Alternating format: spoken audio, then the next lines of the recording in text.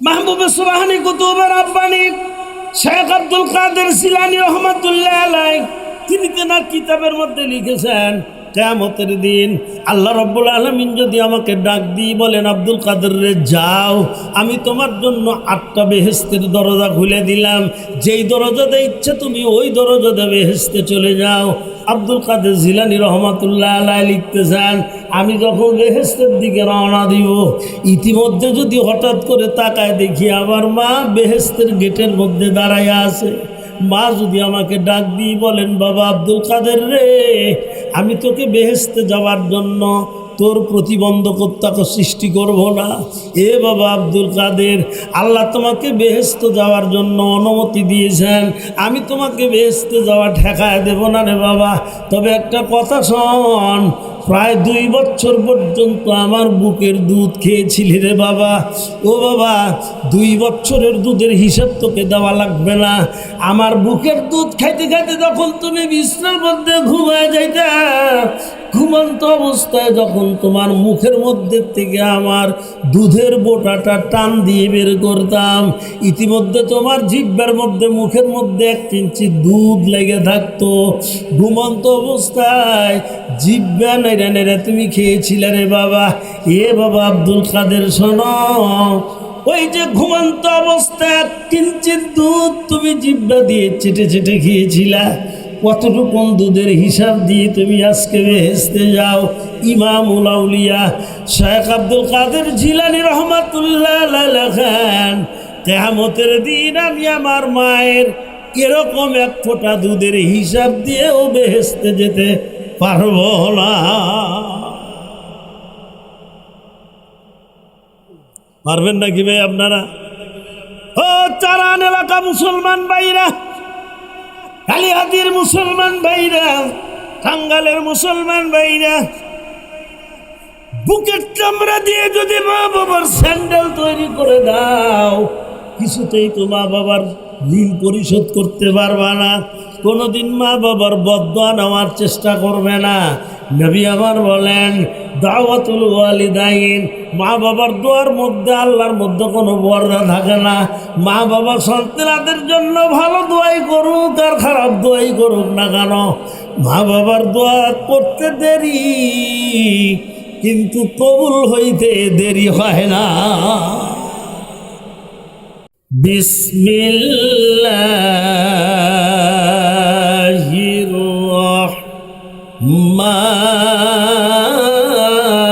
রহমানির রহিম। বুঝছেন নাকি সবাই? যিনি মরছেন তিনি সৌভাগ্যবান মা বাবার সন্তান, আর যিনি বরেন নাই তিনি হলেন 1 নম্বরের অভাবনা। কারণ যে ব্যক্তি একবার বিসমিল্লাহির রহমানির রহিম তেলাওয়াত করে, আল্লাহ রাব্বুল আলামিন তার আমলনামার মধ্যে কমপক্ষে 190টা নেকি দেবে। কয়টা? এটা হলো কমপক্ষে। কিন্তু মাহবুবে সুবহানী কুতুবে রাব্বানী শেখ আব্দুল কাদের জিলানী রহমাতুল্লাহ আলাইহি বুনিয়াতুত তালিবিন নামক একটা কিতাবের মধ্যে লিখেছেন, বাবা যদি কোনো ব্যক্তি তার জীবনে কমপক্ষে 4000 বার বিসমিল্লাহ পড়তে পারে, এই ব্যক্তি তো বেহেশতে যাবে। শুধু এই ব্যক্তি বেহেশতে যাবেন না, হাসরের ময়দানের থেকে কমপক্ষে 12,000 লোককে শাফাআত করে বেহেশতে নিয়ে যেতে পারবেন। কয়বার? 4000 বার। মনে মনে চিন্তা করতে পারেন, হুজুর বাইসে গেলাম, আর নামাজ কালাম কিছু পড়া লাগবে না। 4000 বার বিসমিল্লাহ বললে নিজেও বাইসে যাবো, 12,000 সাথে নিয়ে যাবো। আসলে কি তাই? একটু জোরে কম তাই? ওই যে সভাপতি হুজুর কইলেন না, 5 হাত থেকে লুঙ্গি হইলা পাগড়ি বান্ধার মতো। শরীয়তের সমস্ত হুকুম হাকাম মাইনে তারপরে পড়া লাগবে। কিভাবে? ঘরে ঘুমের থেকে উঠবেন, জুতা পা দেওয়ার সময় বলবেন বিসমিল্লাহির রহমানির রহিম। ঘরের দরজা খুললেন বিসমিল্লাহির রহমানির রহিম। জামাটা গায়ে দিতে নিলেন বিসমিল্লাহির রহমানির রহিম। দোকানে গিয়ে চাবি দিয়ে তালাটা খুললেন বিসমিল্লাহির রহমানির রহিম। অফিসে গিয়ে কলমটা ধরলেন বিসমিল্লাহির রহমানির রহিম। খেতে গিয়ে কাজ আরম্ভ করলেন বিসমিল্লাহির রহমানির রহিম। এভাবে আপনার ব্যক্তি জীবন থেকে পারিবারিক জীবন, পারিবারিক জীবনের থেকে সামাজিক জীবন, সামাজিক জীবনের থেকে রাষ্ট্রীয় জীবন, রাষ্ট্রীয় জীবনের থেকে আন্তর্জাতিক জীবনের সর্বক্ষেত্রে যদি বিসমিল্লাহ দিয়ে কাজ আরম্ভ করতে পারেন বাবা, আর আমলনামার মধ্যে যদি কমপক্ষে 4000 বার হয়ে যায়, নিজে মুক্তি পাবেন, 12,000 লোককে শাফাত করে বেহেশতে নিয়ে যেতে পারবে।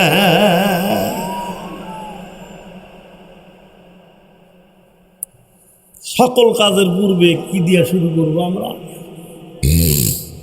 চুরি করার সময় বিসমিল্লাহ বলবো নাকি? ডাকাতি করার সময় বলবো? দুর্নীতি করার সময় বলবো নাকি? জেনা করার সময়, বিড়ি খাওয়ার সময়, মদ ঢক ঢক করে বিসমিল্লাহ বিল্লাহ শুরু করলেন, শেষ হইল কইলেন আলহামদুলিল্লাহ। সব হবে? সব তো হবেই না, বরং সে ইমানটা পাখির মতো উড়াল দিয়ে চলে গেল। ৭২-এর সংবিধানে বিসমিল্লাহির রহমানির রহিম ছিল না? ছিল নাকি? কথা বলে না। 4টা স্তম্ভের উপরে ৭২-এর সংবিধান।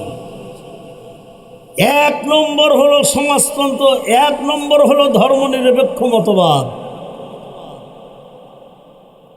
যেটা মুসলমানদের জন্য হারাম। 2 নম্বর সমাজতন্ত্র মতবাদ, যেটা রাশিয়াপন্থী মতবাদ, এটাও মুসলমানদের জন্য হারাম। 3 নম্বর জাতীয়তাবাদী মতবাদ, 4 নম্বর তথাকথিত গণতন্ত্র। এই 4টাই আমাদের জন্য, ইমানদারদের জন্য, মুসলমানদের জন্য হালাল না হারাম? জোরে কয় না? আচ্ছা, ভয় পেতেছেন নাকি? আমি তো সত্য কথা বলতেছি। কিছু না যাই না, কিছু পড়াশোনা না করে তো এখানে আসি নাই। তাহলে 4টা মতবাদের কথা বললাম, 4টা মতবাদ মুসলমানদের জন্য হালাল না হারাম? আসুন আমার দিকে তাকান।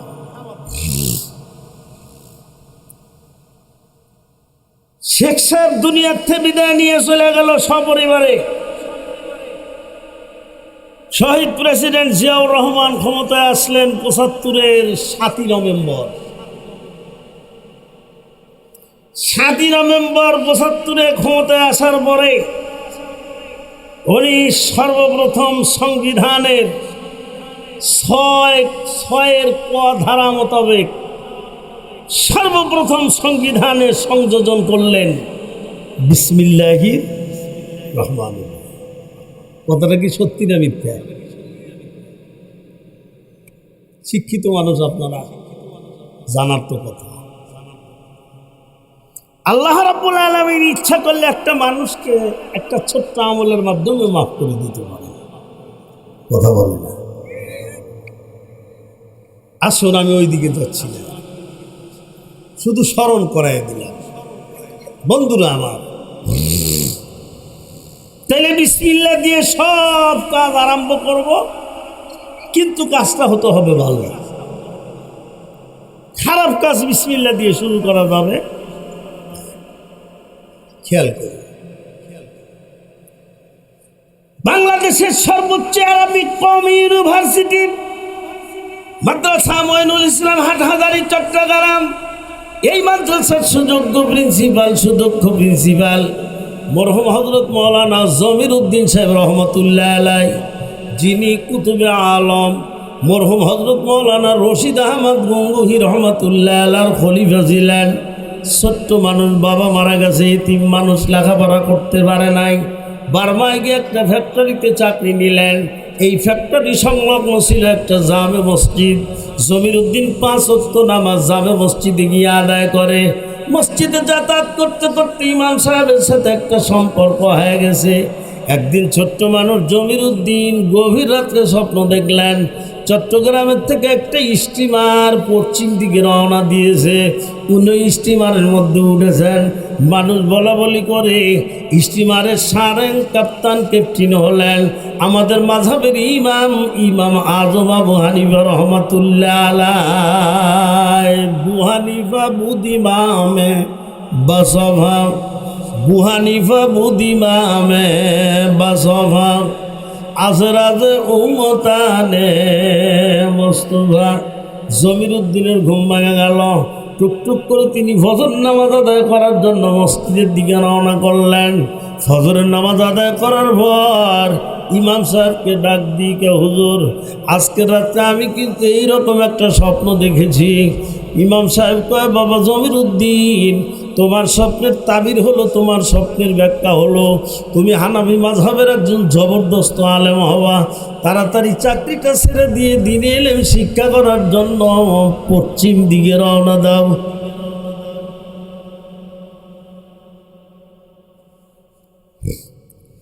জমিরুদ্দিন বাংলাদেশের কোথাও ভর্তি হলেন না বাবা, উনি চলে গেলেন আমাদের এই উপমহাদেশের মধ্যে সবচাইতে বড় দিনী শিক্ষা প্রতিষ্ঠান ভারতের দেওবন্দ। ভারতের দেওবন্দ মাদ্রাসায় গিয়ে বাঙালি ছাত্রগুলিকে ডাক দিয়ে বললেন, ও বাঙালি ছাত্র ভাইরা, মেহেরবানি করে তোমরা আমাকে একটু ভর্তি করায় দাও। বাঙালি ছাত্ররা কয়, টাকা পয়সা আনছো কিনা? ভর্তি হতে হবে নিজের টাকা দিয়া, 1 মাস খাইতে হবে নিজের টাকা দিয়া, এরপরে তোমার জন্য লিল্লা বোর্ডিংয়ের ফ্রি খানা চালু হবে। জমিরুদ্দিন টপ টপ করে চোখ দিয়ে পানি ছেড়ে কান্দানার ডাক দিয়ে বলেন, ও বাঙালি ছাত্র ভাইরা, আমার বাবা দুনিয়ায় নাই, আমি এতিম মানুষ, গরিব মানুষ, আমার কাছে ভর্তি ফিসও নাই, 1 মাস খাবার মতো পয়সা আমার হাতে নাই। জমিরুদ্দিন হাউজের পানি খেয়ে খেয়ে লেখাপড়া করে, জমিরুদ্দিন টিউবওয়েলের পানি খেয়ে খেয়ে লেখাপড়া করে। প্রায় 10 থেকে 15 দিনের মধ্যে তিনি কোনো খানা দানা খায় না। ওই জামানায় দেওবন্দ মাদ্রাসার প্রিন্সিপাল ছিলেন আমাদের এই এশিয়া মহাদেশের মধ্যে সবচাইতে বড় আলেম শেখুল ইসলাম মরহুম হযরত মাওলানা মাহমুদুল হাসান সাহেব রহমতুল্লাহ আলাইহি ছিলেন।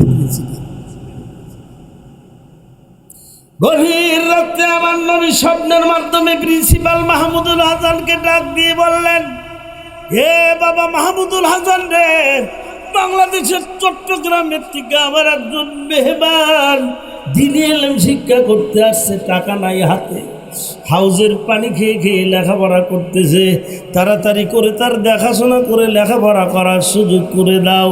ও আমার বন্ধুগণ, সকালবেলা প্রিন্সিপাল মাদ্রাসার সমস্ত ছাত্রগুলিকে ডাক দিয়ে কয়, বাবা তোমাদের মধ্যে জমিরুদ্দিন কার নাম? কেউ কথা কয় না। জমিরুদ্দিন মনে মনে চিন্তা করলেন, আমি তো ভর্তি হইনি হুজুর, আমার নাম কেমনে জানবে? হয়তো জমিরুদ্দিন নামে অন্য কোনো ছাত্র আছে। হুজুর বারবার ডাক দিয়ে বলেন, জমিরুদ্দিনকে তুমি তাড়াতাড়ি দাঁড়ায় যাও। কেউ কথা বলেন না।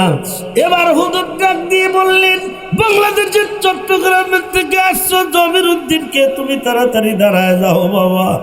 এবার ছোট্ট মানুষ জমিরুদ্দিন দাঁড়ায় গেলেন। হুজুর ডাক দিয়ে কয়, বাবা তুই তাড়াতাড়ি আমার কাছে আয়। জমিরুদ্দিন হুজুরের কাছে চলে গেলেন। হুজুর জমিরুদ্দিনকে বুকের মধ্যে ধরায় ধরে ঝরঝর করে চোখ দিয়ে পানি ছেড়ে কান্না আরম্ভ করলেন। মাদ্রাসার অন্যান্য আসাদাদা আকরামেরা ডাক দিয়ে কয়, হুজুর কি জন্য আপনি একটা নতুন ছেলেকে বুকের মধ্যে জড়ায় ধরে কান্দেন? হুজুর কান্দেন আর ডাক দিয়ে বললেন, ও আসাদাদা আকরামেরা, কি জন্য কান্দি তোমরা জানো না? আজকে আমার নবী আমাকে স্বপ্নের মাধ্যমে বলে দিয়েছেন, এই ছেলেটা হলো আমার নবীর মেহমান।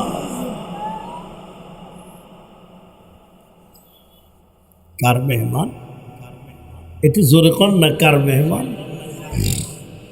তালিবুল ইলম মাদ্রাসার ছাত্র তো নবীরই মেহমান। কথা ঠিক কিনা? আপনিও হতে পারবেন নবীর মেহমান যদি এখানে বসেন তালিমুল ইলমের মতো, মাদ্রাসার ছাত্রদের মতো। বাবা, আল্লাহ রাব্বুল আলামিন আপনাকেও নবীর মেহমানদের দপ্তরের নাম উঠায় দিতে পারেন। ও মুসলমান ভাইরা, খুব খেয়াল করেন, ভালো করে বোঝার চেষ্টা করেন। বাবা, হুজুর ডাক দিয়ে কয়, বাবা কতদিন হলো তুমি আমার মাদ্রাসায় আসছো? কয় হুজুর প্রায় 15 দিন হলো আসছি। ই খা লেখাপড়া করো? জমিরুদ্দিন কয়, হুজুর শুধু টিউবওয়েলের পানি খা সব হবে বসি। হুজুর জমিরুদ্দিনের মুখে ছুঁয়ে দেয়, বুকে ছুঁয়ে দেয়, ডাক দিয়ে কয়, বাবা এতদিন হলো তুমি আমার মাদ্রাসায় আসছো, আমি তোমার খবর নিতে পারি নাই। এ বাবা শোনো, আজ থেকে তুমি আমার নবীর মেহমান। আজ থেকে তুমি যতদিন পর্যন্ত আমার মাদ্রাসায় লেখাপড়া করবা, আমি তোমার জন্য থাকা খাওয়া ফ্রি করে দিলাম। জমিরুদ্দিন থাকা খাওয়া ফ্রি পেয়ে একটানা দাওরায়ে হাদিস পর্যন্ত লেখাপড়া করলেন।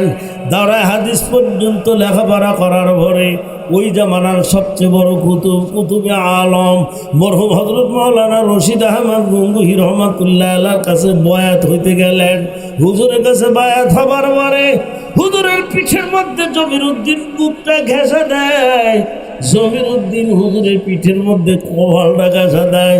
হুজুর ডাক দিয়ে কয়, জমিরুদ্দিন কি জন্য তুমি আরো পিঠের সাথে বুক লাগাও? জমিরুদ্দিন কাঁদে আর ডাক দিয়ে কয়, হুজুর এই জন্য আপনার গায়ের সাথে আমার গা লাগাই। ওলির গায়ের সাথে যদি আমার গা ঘেঁষা লাগে, পরকালে আল্লাহ রাব্বুল আলামিন আমার গায়ে জাহান্নামের আগুন লাগাবেন না।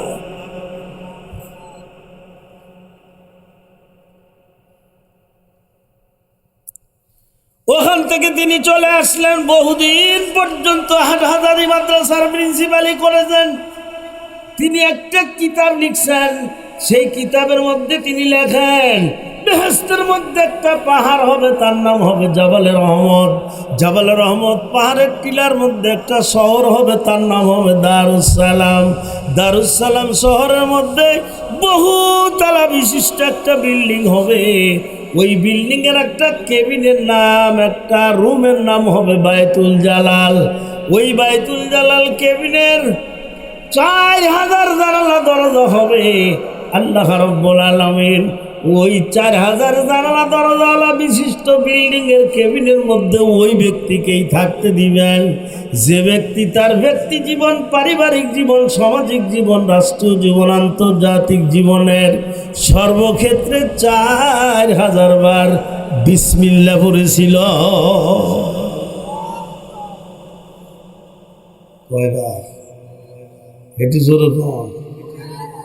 ওই 4000 জানালা দরজাওয়ালা বিশিষ্ট বিল্ডিং এর মধ্যে, রুমের মধ্যে ওই ব্যক্তি থাকবেন। যখন ওই ব্যক্তির আল্লাহকে দেখার ইচ্ছা হবে, 4000 জানালা দরজার যে কোনো দরজার খিলি দিয়ে টান দিলি সরাসরি আমার আল্লাহ রব্বুল আলামিনকে দেখতে পাবে। জোরে কোন সুবহান? আরেকটু জোরে কোন সুবহান? হুরগিলমান जितने नेमत है तू, हुरगिलमान जितने नेमत है तू, सबसे बेहतर नेमत दीदार तू। ও আমার ভাই জানেরা, ও আমার বাবাজিরা, বেহেশতের মধ্যে হুর হবে, বালাখানা হবে, অট্টালিকা হবে, কিন্তু সবচাইতে বড় নেমত এটাই হবে বান্দা তার নিজের চোখ দিয়ে আল্লাহ রব্বুল আলামিনকে দেখতে পাবে। আসুন, আমি বিসমিল্লাহর আমলের উপরে কিছু কথা বলছি। এক্ষুনি আমি আমার পঠিত আয়াতের কিছু ব্যাখ্যা, কিছু তাফসীর আপনাদের সামনে উপস্থাপনা করব ইনশাআল্লাহ। শুনবেন তো? আমার সাথে সাথে সুন্দর করে আবার তেলাওয়াত করুন। বিসমিল্লাহির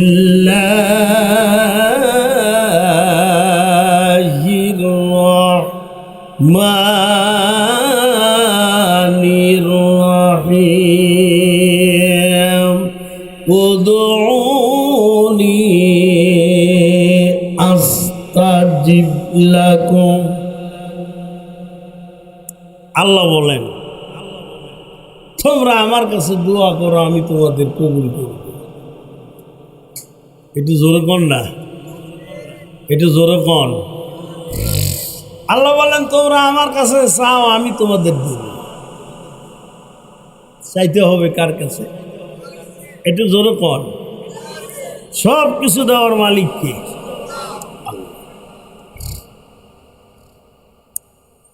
وقال رسول الله صلى الله عليه وسلم إذا سألت فاسأل الله وإذا استعنت فاستعن بالله। আমার নবী বলেন, যদি কোনো কিছু চাওয়ার দরকার হয় একমাত্র আল্লাহর কাছে চাইও, সাহায্যের দরকার হলে তাও তোমরা একমাত্র আল্লাহর কাছেই চাইও। মুসলিম জাতির পিতা ইব্রাহিম খলিল। আমাদের জাতির পিতার নাম কি কইলাম? একটু জোরে কন। মাঝে মধ্যে বাংলাদেশে কিন্তু আমাকে পিতা দুই একজন বাড়ে, ঠিক না? অন্য কাউকে পিতা টিতা কইেন না, বড় গুনার কথা। পিতা টিতা আর বাড়াইয়েন না। মুসলিম জাতির পিতা ইব্রাহিম খলিল দোয়া করছেন আল্লাহর কাছে। কি করছেন? কি দোয়া করে দেখেন, আল্লাহ কোরআনে এটা উল্লেখ করেছেন। وَإِذْ يَرْفَعُ إِبْرَاهِيمُ الْقَوَاعِدَ مِنَ الْبَيْتِ وَإِسْمَاعِيلُ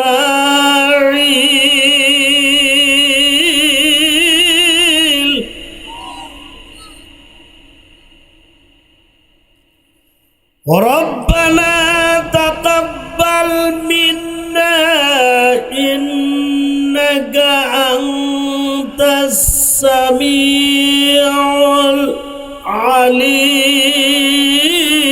العليم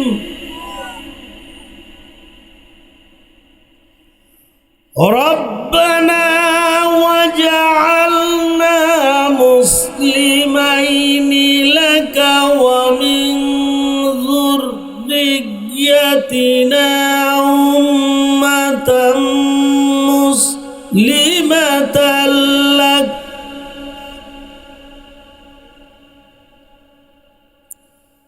وأرنا مناسكنا وتب علينا إنك أنت التواب الرحيم। ইব্রাহিম খলিল আল্লাহর কাছে দোয়া করে। কি কয় দোয়া করে? ও আল্লাহ, আমি তোমার ঘর খানায় কাবা বানাইলাম আমার ছেলেক নিয়ে। খুব খেয়াল করেন, তফসির শুরু হয়েছে। তোমার ঘর খানা কাবা বানাইলাম আমি আমার ছেলে ইসমাইলকে নিয়ে। আল্লাহ তুমি কবুল করো। জোরে কোন সুবহানাল্লাহ। দোয়া করছে কে? ইব্রাহিম। আল্লাহ তুমি রিকজিশন করো, কবুল করো। আল্লাহ রাব্বুল আলামিন জবাবে বললেন, খানা কাবা বানাইছো তুমি তোমার ছেলে, আমি খালি কবুলই করব না, রিকজিশনই করব না, ন্যাশনালাইজ করব, জাতীয়করণ করব। একটু জোরে কর না সুবহানাল্লাহ। জাতীয়করণ বুঝছেন তো?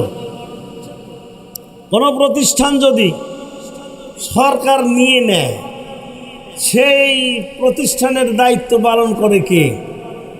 সরকার না? খানা কাবাকে জাতীয়করণ করছে কে? ন্যাশনালাইজ করছেন কে? আল্লাহ। ইব্রাহিম আমি শুধু কবুলি করলাম না, আমি জাতীয়করণ করলাম। তার মানে খানা কাবার সম্পূর্ণ দায় দায়িত্ব আমার হাতে নিয়ে নিল। দেখলেন? আপনাকেও মসজিদটা দেখে খুব ভালো লাগছে। এত সুন্দর একটা মসজিদ বানাইছেন। এই মসজিদটা তো খানা কাবার একটা অংশ না? কথা বলেন ঠিক না? আল্লাহ আপনাদের কবুল করে না। বন্ধুরা আমার, খানা কাবা যখন কবুল হইল, 2 নম্বর হযরত ইব্রাহিম খলিল দোয়া করলেন। কয় নম্বর? রব্বানা ওয়াজআলনা মুসলিমাইনি লাকা ওয়া মিন যুররিয়্যাতিনা উম্মাতাম মুসলিমাতাল লাক ওয়া আরিনা মানাসিকানা ওয়া তুব আলাইনা ইন্নাকা আনতাত তাওয়াবুর রহিম। আল্লাহু আকবার। আর একটা দোয়া করলেন, আল্লাহ আমি তোমার কাছে যতটুকু চাইছি তার চেয়ে বেশি পাইছি। আমি চিন্তা করছিলাম তুমি কবুল করবা আর আমি চালাবো খানায় খাওয়া, কিন্তু কবুলও করছো, চালানোর দায়িত্ব তুমি নিছো। মারহাবা পান। যতটুকু চাইছি তার চেয়ে বেশি কিছু পাইছি। আল্লাহ 2 নম্বর তোমার কাছে আমি দোয়া করি রে মাওলা রব্বুল আলামিন, 2 নম্বর তোমার কাছে আমার দোয়া, আল্লাহ আমার বংশের মধ্যে এমন এক ব্যক্তিকে পাঠায় দাও, এমন এক ব্যক্তিকে তুমি আমার বংশের মধ্যে পাঠায় দাও রব্বুল আলামিন, যেই ব্যক্তির অনুসারীরা, যেই ব্যক্তির উম্মতেরা কিয়ামত পর্যন্ত খানায় কাবাকে আবাদ করতে পারে, এমন একটা ব্যক্তি আমার বংশ পাঠায়। বন্ধুগণ, সেই ব্যক্তিকে, সেই ব্যক্তি হলেন মুহাম্মদুর রাসূলুল্লাহ সাল্লাল্লাহু আলাইহি ওয়াসাল্লাম, ইসমাইলের বংশ। মারহাবা কন। তার বংশে জোরে কন। ইব্রাহিমের 2 ছেলে ইসমাইল, ইসহাক, ইয়াকুব, ইউসুফ, এদের বংশে নবী জন্মগ্রহণ করছেন প্রায় 70,000। আর ইসমাইল আলাইহিস সালামের বংশে নবী জন্মগ্রহণ করেছেন মাত্র একজন। তিনি কে? বিশ্ব নবী মুহাম্মদ রাসূল। বন্ধুরা আমার, বাবাজিরা আমার, দেখেন আল্লাহ রাব্বুল আলামিন দোয়া কবুল করছেন না করেন নাই? খুব খেয়াল করেন বাবা।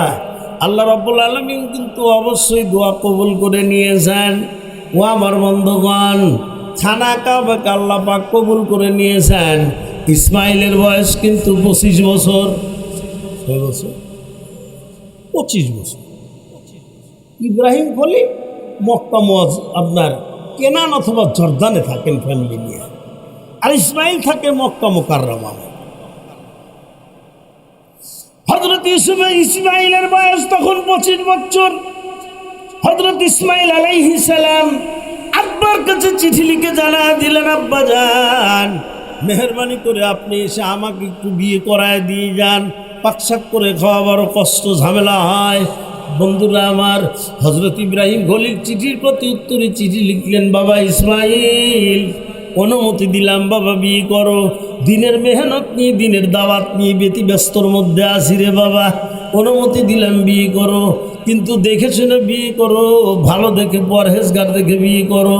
ও আমার বন্ধুগণ, ভালো করে মনে রাখবেন, উম্মতি মুহাম্মাদির জন্য 4টা বৈশিষ্ট্য মেয়ে লোককে বিয়ে করতে হয়। যেরকম কয় বৈশিষ্ট্য? রাসূলের নির্দেশ, 4টা গুণে গুণান্বিত মহিলাকে তোমরা বিয়ে করবা। 1 নম্বর মেয়েটা হতে হবে পরহেজগার, 2 নম্বর মেয়েটা হতে হবে সুন্দরী, 3 নম্বর মেয়েটা হতে হবে বংশধর, 4 নম্বর মেয়েটা হতে হবে ধনাঢ্য ব্যক্তির। কয়টা গুণ? কথা একটু এলোমেলো হয়ে গেল না? প্রশ্ন তো আসে, হুজুর তাহলে গরিব মেয়েদের উপায় কি, অসুন্দরী মেয়েদের উপায় কি? একটু প্রশ্ন আসে না? এ মুসলমান ভাইরা, বিশ্বনবীর কথা প্রশ্ন কোনো প্রশ্নই থাকবে না বাবা, আমি খোলাসা করে দিচ্ছি। নবী আমার বলেন 4 গুণে গুণান্বিত মেয়ে মানুষকে বিয়ে করতে হবে। 1 নম্বর পরহেজগার, 2 নম্বর সুন্দরী, 3 নম্বর বংশধর, 4 নম্বর সম্পদশালী বাবার মেয়ে। ও আমার বন্ধুগণ, আমার নবী বলেন 3 গুণ, 3টা গুণের মধ্যে একটাও নাই, তাতে কোনো সমস্যা নাই। তবে 1 নম্বর অবশ্যই থাকতে হবে, হতে হবে মেয়েটা পরহেজগার। এটা থাকতেই হবে। পরহেজগার মেয়ে মানুষ আমাকে বাংলাদেশে বহু, খালি মার্কেট দিয়ে ঘুরে বেড়ায় পরহেজগার মহিলারা। ঠিক না? কথা বলেন ঠিক না?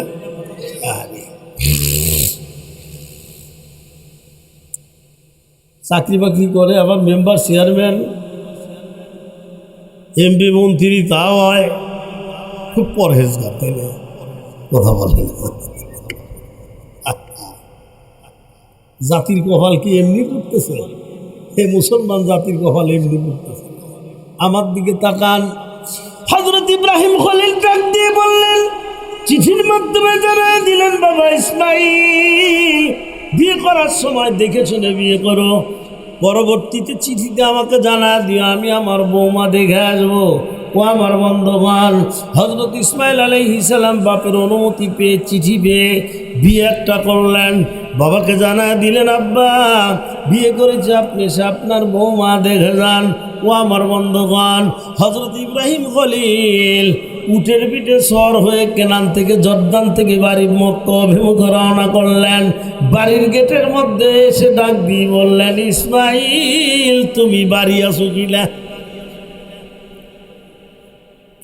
বাড়ির গেটের মধ্যে এসে অভদ্র মহিলা, লজ্জা নাই, শরম নাই, বেপর্দা মহিলা ডাক দিয়ে কয়, তিনি বাড়ি নাই। কয়, তুমি কে? ইসমাইল তোমার কি হয়? কয়, তিনি আমার স্বামী হয়। কোথায় গেছে? কয়, হরিণ শিকারে গেছে। আসবে কবে? কয়, কইতে পারি না। কয়, তোমাদের সংসারটা কেমন চলছে?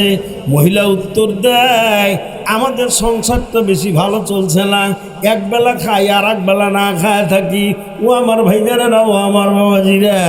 হযরত ইব্রাহিম খলিল ডাক দিয়ে বললেন, তাহলে আমি যাই, তোমার স্বামী আসলে আমার সালাম দিও, এবং বইল এবারের ঘরের চৌকাঠ ভালো না, তাড়াতাড়ি যেন চৌকাঠটা বদলায় দেয়।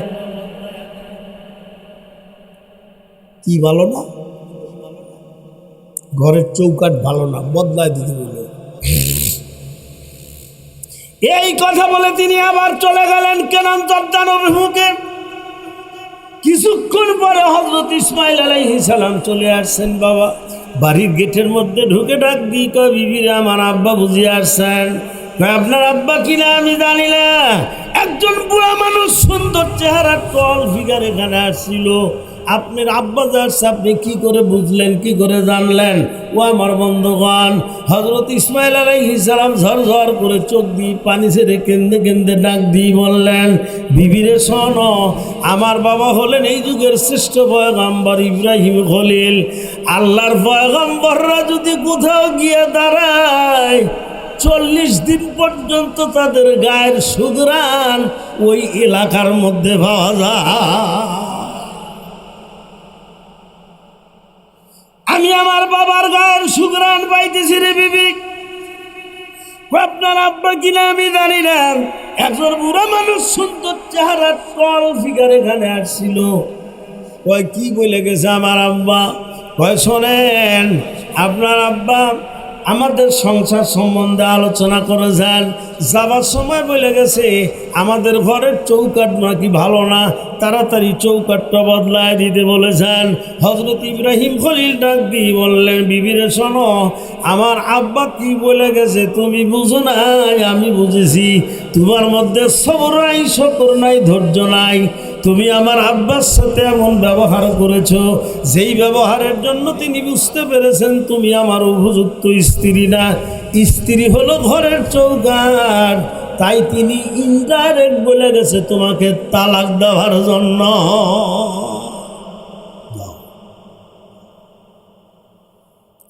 কথা বোঝা যায়? বুঝতেছেন তো? যাও, বাবার সাথে দ্বিমত করার সন্তান আমি না রে বিবি। কোরবানির বেলায় তো আমি আমার বাবার সাথে দ্বিমত করি নাই।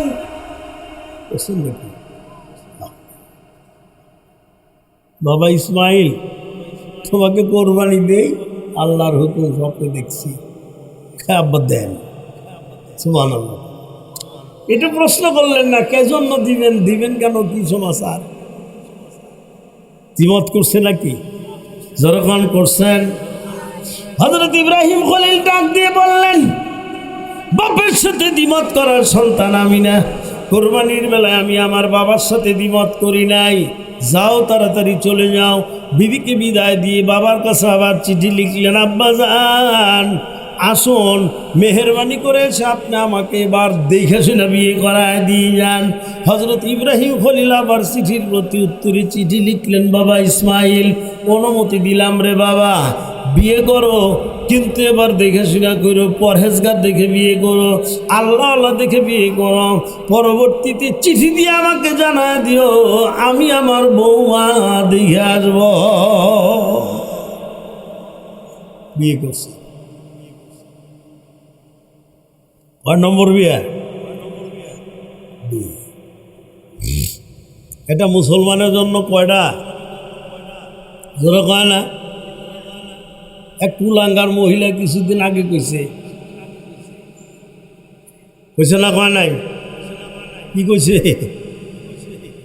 যে চারজন চার বিয়ে আমি মানি না, এই শরীয়ত মানি না, কইছে না, কয় নাই?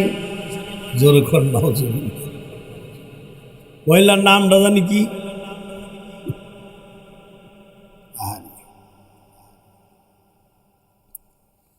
হে আমার জাতীয় সংসদের নেত্রী হচ্ছে,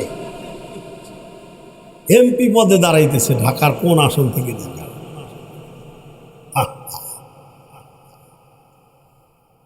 এই জাতির কপাল কি এমনি পড়তেছে? কত নাস্তিক যে বাংলাদেশে এখনো বিদ্যমান, বুঝলা শেষ। উনি কোরআনের এই আইন মানে না। উনি বলছে যে একটা মেয়েও যদি, একটা পুরুষ যদি 4 বিবাহ করে, আমরা মেয়েরাও 4টা করি। জোর কন্যা নাউজুবিল্লাহ। একটা মহিলা মানুষ যদি, আচ্ছা বলেন তো, একটা মহিলা মানুষ যদি 4 বিয়ে একসাথে করে, 4 স্বামীর সাথে থাকে, পেটের থেকে বাচ্চা হইলে বাচ্চাটা কোন স্বামীর কইতে পারবে? কথা বলে না, কইতে পারবে? আমার বাইরে, আমার দিকে তাকান। আল্লাহ পরিষ্কার বলছেন, ফানকিহু মা তাবা লাকুম মাসনা সুলাসা ওয়া রুবা। কয়টা? 4টা। একটা পুরুষ মানুষ 4টা পর্যন্ত করতে পারবে। তবে হুঁশিয়ার নামা দিয়ে গেলাম, যদি আপনি ইনসাফ ভিত্তিক পরিবার কায়েম করতে পারেন তাইলে করেন। ভাইরা আমার, বাবাদিরা আমার, খুব খেয়াল করুন, ভালো করে বোঝার চেষ্টা করুন বাবা। হযরত ইব্রাহিম আলাইহিস সালাম ডাক দিয়ে বললেন, চিঠির মাধ্যমে জানায় দিলেন, বাবা দেখে শুনে ভালো দেখে আল্লাহ আল্লাহ দেখে বিয়ে করো। পরবর্তীতে সংবাদ দিও, আমি আমার বৌমা দেখে আসবো। দ্বিতীয় বিয়ে করলেন ইসমাইল। দ্বিতীয় বিয়ে করার পরে বাপের কাছে চিঠি দিয়ে জানায় দিলেন, আব্বা বিয়ে করেছি, আপনি আসুন, আপনার বৌমা দেখে যান। ও আমার বন্ধুগণ, হযরত ইব্রাহিম খলিল উটের পিঠে সওয়ার হয়ে কেনান থেকে জর্দান থেকে মিশর অভিমুখে রওনা, আপনার কেনান থেকে জর্দান থেকে মক্কা অভিমুখে রওনা করলেন। বাড়ির গেটের মধ্যে সে ডাক দিয়ে বললেন, ইসমাইল তুমি বাড়ি আছো কিনা? ও আমার বন্ধুগণ, বাড়ির মধ্যে থেকে এক ভদ্র মহিলা নম্র কণ্ঠে উত্তর দেয়, তিনি বাড়ি নাই। হযরত ইব্রাহিম খলিল বললেন, তুমি কে? একটু গেটের মধ্যে আসো। মহিলা সুন্দর করে ঘুমটা দিয়ে সম্পূর্ণ শরীরটা ঢেকে বাড়ির গেটের মধ্যে সে সালাম দিয়ে দাঁড়াইলেন। যখন সালাম দিয়ে দাঁড়াইলেন, দাঁড়ানোর সঙ্গে সঙ্গে বাবা হযরত ইব্রাহিম খলিল ডাক দিয়ে বললেন, ইসমাইল তোমার কি হয়? কয় তিনি আমার স্বামী হয়।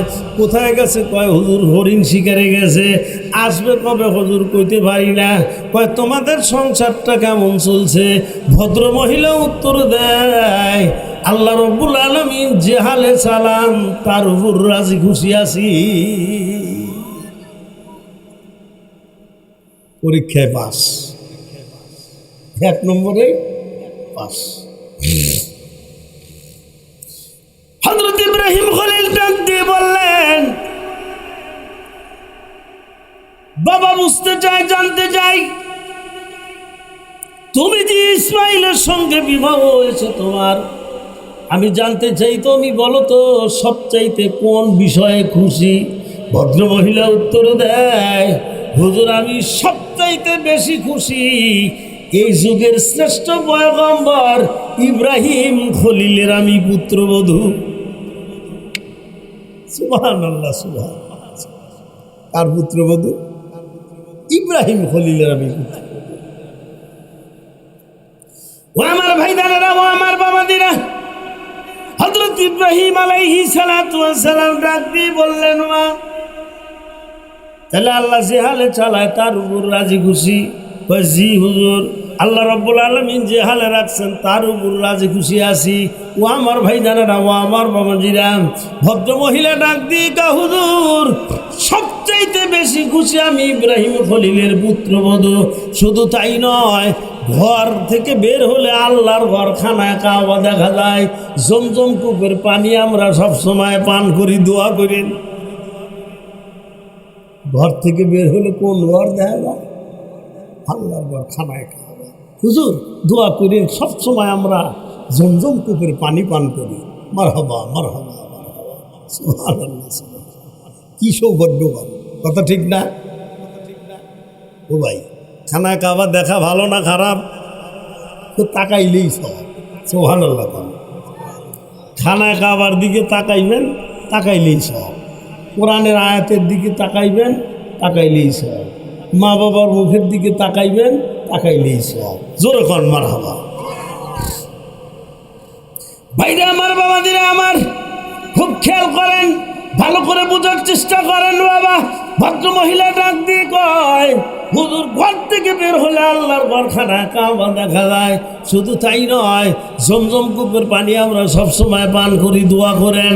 ও আমার ভাই জানেরা, ও আমার বাবাজিরা, হযরত ইব্রাহিম খলিল ডাক দিয়ে বললেন, তাহলে আমি যাই, তোমার স্বামী আসলে আমার সালাম দিও এবং বইল এবারের ঘরের চৌকাট বড় মনোরম চৌকাট, পছন্দসই চৌকাট। এই চৌকাটার জীবনেও কোনো দিন বদলাইতে হবে না। ও আমার বন্ধুগণ, ওই ভদ্র মহিলা ডাক দিকে, হুজুর আপনি যে যাবেন আপনার একটা চিহ্ন রেখে যান। কয় মারে আমি কি চিহ্ন রেখে যাব? ও আমার বন্ধুগণ, হযরত ইব্রাহিম খলিল উটের পিঠের মধ্যে বসা আছে। ইতিমধ্যে ভদ্র মহিলা একটা পাথর আগলি দিয়ে ইব্রাহিম খলিলের পায়ের নিচে ধরলেন। আল্লাহ রাব্বুল আলামিন গোপনে গোপনে পাথরকে ডাক দিয়ে বললেন, পাথর রে নরম হয়ে যাও, আমার খলিলের পায়ের চিহ্ন ধরে রাখো। সুবহানাল্লাহ। কি ধরে রাখবি ইব্রাহিম খলিলের পায়ের চিহ্ন? ভাইদানেরা আমার, বাবাদিরা আমার, অটোমেটিকলি পাথরটা নরম হয়ে গেল। হযরত ইব্রাহিম খলিলের পদচিহ্ন ধরে রাখলেন। হযরত ইব্রাহিম খলিল এই দৃশ্য দেখে খুব আশ্চর্য হয়ে গেলেন। আশ্চর্য হয়ে চোখের পানি ধরে রাখতে পারলেন না। ভদ্র মহিলাকে ডাক দিয়ে কাছে নিয়ে আসলেন। বাবা, ভদ্র মহিলার মাথার মধ্যে হাত দিয়ে ঝরঝর করে চোখ দিয়ে পানি ছেড়ে আল্লাহর কাছে দোয়া করলেন, রব্বুল আলামিন, আল্লাহ তাআলা আমি তোমার খলিল হয়ে তোমার কাছে দোয়া করি। রব্বুল আলামিন, আল্লাহ তাআলা আমি তোমার খলিল তোমার কাছে দোয়া করি। আখিরি জামানার পয়গম্বর মুহাম্মদুর রাসূলুল্লাহ সাল্লাল্লাহু আলাইহি ওয়াসাল্লামকে এই মেয়েটার বংশে পাঠায় দিও। দোয়া করছি ইব্রাহিম খলিল কয়টা? 1 নম্বর আল্লাহ খানা কাবা কবুল করো, মনে আছে? 2 নম্বর আমার বংশের মধ্যে এমন এক ব্যক্তি পাঠায় দাও যিনি সহ তার অনুসারীরা কিয়ামত পর্যন্ত খানা কাবা পরিচর্যা করবে, মনে আছে? কবুল হয়েছে না হয় নাই? জোরে কয় না? দোয়া কবুল হয়েছে তো? কবুল তো হবেই। আল্লাহ যে ওয়াদা দিছেন, উদউনি আস্তাজিব লাকুম, আল্লাহ বলেন তোমরা আমার কাছে দোয়া করো, আমি তোমাদের দোয়া কবুল করব। ওয়াদাটা কার? জোরে কন। আল্লাহ কি ওয়াদা ভঙ্গ করে? আল্লাহ বলে ইন্নাল্লাহ লা তুখলিফুল মিয়াদ, আমি আল্লাহ কোনোদিনও ওয়াদা ভঙ্গ করি না। বন্যা মারহাবা। জোরে কন মারহাবা। আমাকে কাছে নেতা করে মতো নাকি? ওরে বাবারে বাবা, আমাকে দেশের নেতারা যে ওয়াদা দেয়, এবার আমাকে ভোট দিয়ে নির্বাচিত করেন, গরুর গাড়ির চাক্কার মতো বড় বড় জিলাপি খাওয়াবো। এরকম ওয়াদা দেয় না? একটা নেতা, একটা চেয়ারম্যান, একটা মেম্বার, একটা এমপি, একটা উপজেলা চেয়ারম্যান কে দিতে পারে? কি দিতে পারবে? অথচ যা দিতে পারবে তার সে হাজার হাজার গুণ বেশি ওয়াদা দেয়। কথা বলে না, কথা বলে না। আল্লাহ বলে ইন্নাল্লাহ লা তুখলিফুল মিয়াদ, নিশ্চয়ই আমি আল্লাহ ভঙ্গ করি না অঙ্গীকার। বন্ধুরা আমার, দোয়া কার কাছে করবো তালি? আল্লাহ কবুল করে তো? আল্লাহ কবুল করে, তার প্রমাণ পাইছেন না? পান নাই? আমি তো আপনাদের সেই তফসিরটাই বুঝাইলাম। ও মুসলমান ভাইরা, ভালো করে খেয়াল করেন, ভালো করে বোঝার চেষ্টা করেন। একটা হাদিস পড়েছি বাবা, হাদিসটার তর্জমা শোনাই। ওয়াকাল রাসূলুল্লাহি সাল্লাল্লাহু আলাইহি ওয়াসাল্লাম সালাসাতুল্লাহ তুরাদ্দু দাওয়াতুহুম, নবী আমার বলেন, তিন শ্রেণীর মানুষের দোয়ার মধ্যে আল্লাহর মধ্যে কোনো পর্দা থাকে না। তিন শ্রেণীর মানুষের দোয়ার মধ্যে আল্লাহর মধ্যে কোনো প্রতিবন্ধকতা থাকে না। তিন শ্রেণীর দোয়া মানুষের দোয়া সরাসরি আমার আল্লাহর দরবারে কবুল হয়। কয় শ্রেণী? কয় শ্রেণী? তন্মধ্যে এক নম্বর হলো বাবা দাওয়াতুল ওয়ালিদাইন। এক নম্বর হলো মা বাবার দোয়া।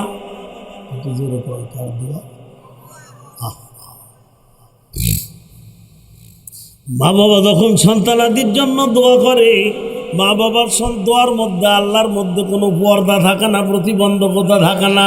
মা বাবা সন্তানাদির জন্য ভালো দোয়া করুক আর খারাপ দোয়াই করুক না কেন, মা বাবার দোয়ার মধ্যে আল্লাহর মধ্যে কোনো প্রতিবন্ধকতা থাকে না, কোনো হিজাব থাকে না, কোনো পর্দা থাকে না। ও আমার বন্ধুগণ, মা বাবার দোয়া সরাসরি আমার আল্লাহ রব্বুল আলামিনের দরবারে কবুল হয়। বায়েজিদ বুস্তামির মা বায়েজিদ বুস্তামির জন্য দোয়া করছিলেন না? কি করছিল? একটু পানি খাওয়াইছিল না গভীর রাতে। সুবহানাল্লাহ কম। পানি খাওয়াইছিলেন আর মা দোয়া করছিলেন, আল্লাহ আমার বায়েজিদকে তুমি সুলতানুল আরিফিন বানায় দিও, সমস্ত নেতা ওলিদের নেতা বানায় দিও। আল্লাহ বানাইছে না? বানায় নাই? জোরে কয় না? মা বাবার সাথে কোনো দিন খারাপ আচরণ করবেন না, মা বাবার সাথে কোনো দিন খারাপ ব্যবহার করবেন না, মা বাবার সাথে কোনো দিন পৃথক খাবেন না বাবা। আল্লাহ রাব্বুল আলামিন বলেন, ওয়াকাদা রাব্বুকা আল্লা তা'বুদু ইল্লা ইয়্যাহু ওয়া বিল ওয়ালিদাইনি ইহসানা।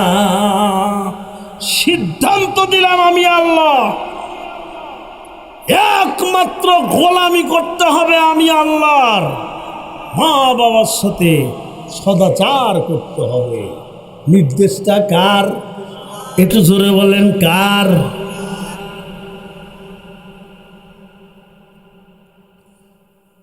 বন্ধুগণ, মা বাবার ঋণ শোধ করা যাবে?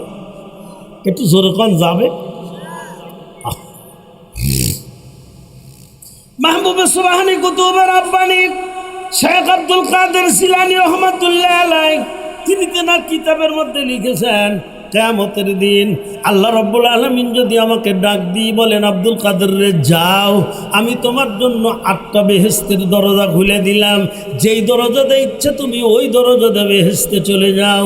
আব্দুল কাদের জিলানী রহমাতুল্লাহ আলাইহি লিখতেছেন, আমি যখন বেহেশতের দিকে রওনা দিব, ইতিমধ্যে যদি হঠাৎ করে তাকায় দেখি আমার মা বেহেশতের গেটের মধ্যে দাঁড়াইয়া আছে, মা যদি আমাকে ডাক দিয়ে বলেন, বাবা আব্দুল কাদের রে, আমি তোকে বেহেশতে যাওয়ার জন্য তোর প্রতিবন্ধকতাকে সৃষ্টি করব না। এ বাবা আব্দুল কাদের, আল্লাহ তোমাকে বেহেশতে যাওয়ার জন্য অনুমতি দিয়েছেন, আমি তোমাকে বেহেশতে যাওয়া ঠেকায় দেব না রে বাবা। তবে একটা কথা শোন, প্রায় 2 বছর পর্যন্ত আমার বুকের দুধ খেয়েছিলি রে বাবা। ও বাবা, 2 বছরের দুধের হিসাব তোকে দেওয়া লাগবে না। আমার বুকের দুধ খাইতে খাইতে যখন তুমি বিছনার মধ্যে ঘুমায় যাইতে, ঘুমন্ত অবস্থায় যখন তোমার মুখের মধ্যে থেকে আমার দুধের বোটাটা টান দিয়ে বের করতাম, ইতিমধ্যে তোমার জিহ্বার মধ্যে মুখের মধ্যে 1 ইঞ্চি দুধ লেগে থাকতো। ঘুমন্ত অবস্থায় জিহ্বা নেড়ে নেড়ে তুমি খেয়েছিলে রে বাবা। এ বাবা আব্দুল কাদের শোনো, ওই যে ঘুমন্ত অবস্থায় 1 ইঞ্চি দুধ তুমি জিহ্বা দিয়ে চেটে চেটে খেয়েছিলা, কতটুকু দুধের হিসাব দিয়ে তুমি আজকে বেহেশতে যাও। ইমামুল আউলিয়া শেখ আব্দুল কাদের জিলানী রহমাতুল্লাহ আলাইহি লেখেন, কিয়ামতের দিন আমি আমার মায়ের এরকম 1 ফোঁটা দুধের হিসাব দিয়েও বেহেশতে যেতে পারবো না। পারবেন নাকি ভাই আপনারা? ও চারান এলাকা মুসলমান ভাইরা, কালিহাতির মুসলমান ভাইরা, টাঙ্গালের মুসলমান ভাইরা, বুকের চামড়া দিয়ে যদি মা বাবার স্যান্ডেল তৈরি করে দাও, কিছুতেই তো মা বাবার ঋণ পরিশোধ করতে পারবা না। কোনোদিন মা বাবার বদদোয়া নেওয়ার চেষ্টা করবে না। নবী আমার বলেন, দাওয়াতুল ওয়ালিদাইন, মা বাবার দোয়ার মধ্যে আল্লাহর মধ্যে কোনো বর্ণা থাকে না। মা বাবা সন্তানদের জন্য ভালো দোয়াই করুক আর খারাপ দোয়াই করুক না কেন, মা বাবার দোয়া করতে দেরি কিন্তু কবুল হইতে দেরি হয় না।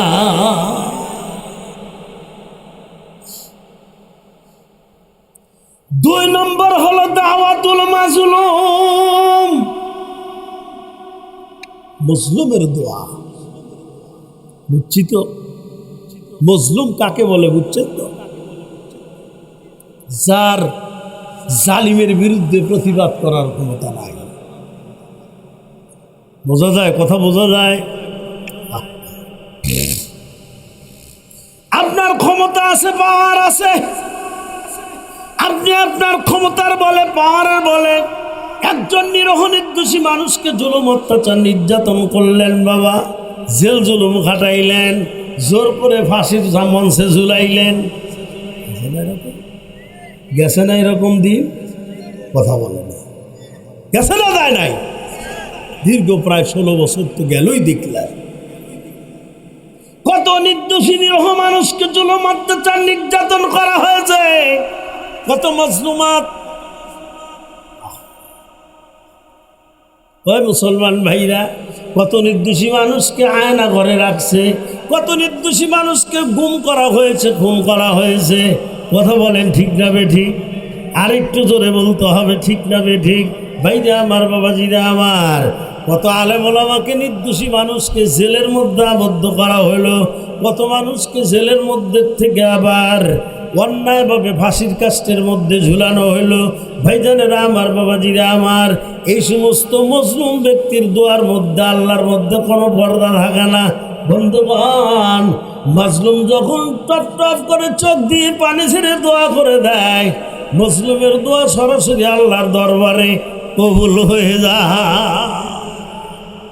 হয়েছে না? কথা বলে না, হয়েছে না? হয় নাই? ও ভাই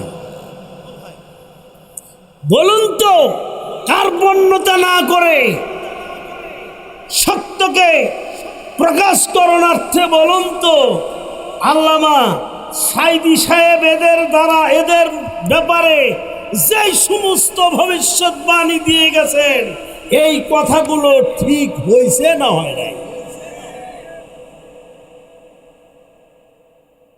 দোয়া যেগুলো করছে কবুল হয়েছে না হয় নাই? বাস্তব দৃষ্টান্ত আমরা আমাদের চোখের সামনে দেখি। তাই আমি আপনাদের অনুরোধ করে বলি, ভাই, ক্ষমতার কোনোদিন অপব্যবহার করবেন না। যেখানেই আপনার ক্ষমতা, ফ্যামিলিতে না গ্রামে না মহল্লায়, না সমাজে, না রাষ্ট্রে কোনোদিন ক্ষমতার অপব্যবহার করবেন না। নির্দোষী নিরহ মানুষকে কোনোদিন জুলুম অত্যাচার নির্যাতন করবেন না।